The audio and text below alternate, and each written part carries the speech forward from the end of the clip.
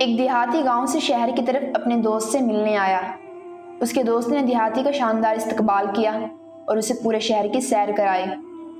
مغرب کی اذان کے بعد دیہاتی اور اس کا دوست ایک جامع مسجد میں باجماعت نماز ادا کرنے کے لیے گئے۔ دیہاتی اپنا موبائل بند کرنا بھول گیا اور نماز کے دوران ہی اس کا موبائل زور زور سے بجنا شروع ہو گیا۔ نماز کے بعد امام صاحب اور باقی نمازیوں نے دیہاتی کو خوب ذلیل کیا۔ دیہاتی بیچارہ شرم سے پانی پانی ہو گیا۔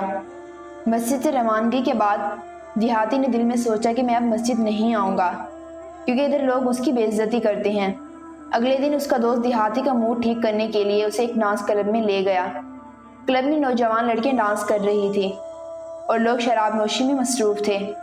دیہاتی کے ہاتھ میں بھی ایک شراب کی بوتل تھی، مگر وہ لڑکیوں کو دیکھنے میں مصروف تھا کہ اچانک اس کے ہاتھ سے شراب کی بوتل چھوٹ گئی اور نیچے فرش پر ٹکڑے ٹکڑے ہو گئی۔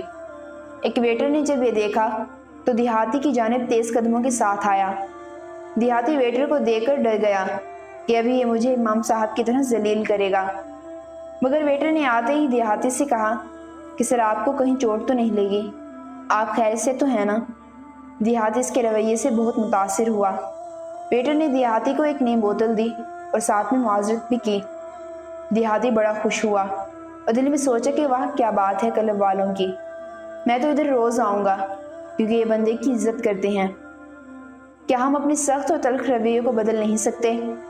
کیا ہم وہ رویہ نہیں اپنا سکتے جس سے لوگ نیکی کی طرف راغب ہوں اور گناہ سے نفرت کرنا شروع کر دیں؟ کیونکہ انسان عزت اور پیار کا بھوکا ہے۔ کسی بھی انسان کو عزت اور احترام دے کر اپنا بنایا جا سکتا ہے۔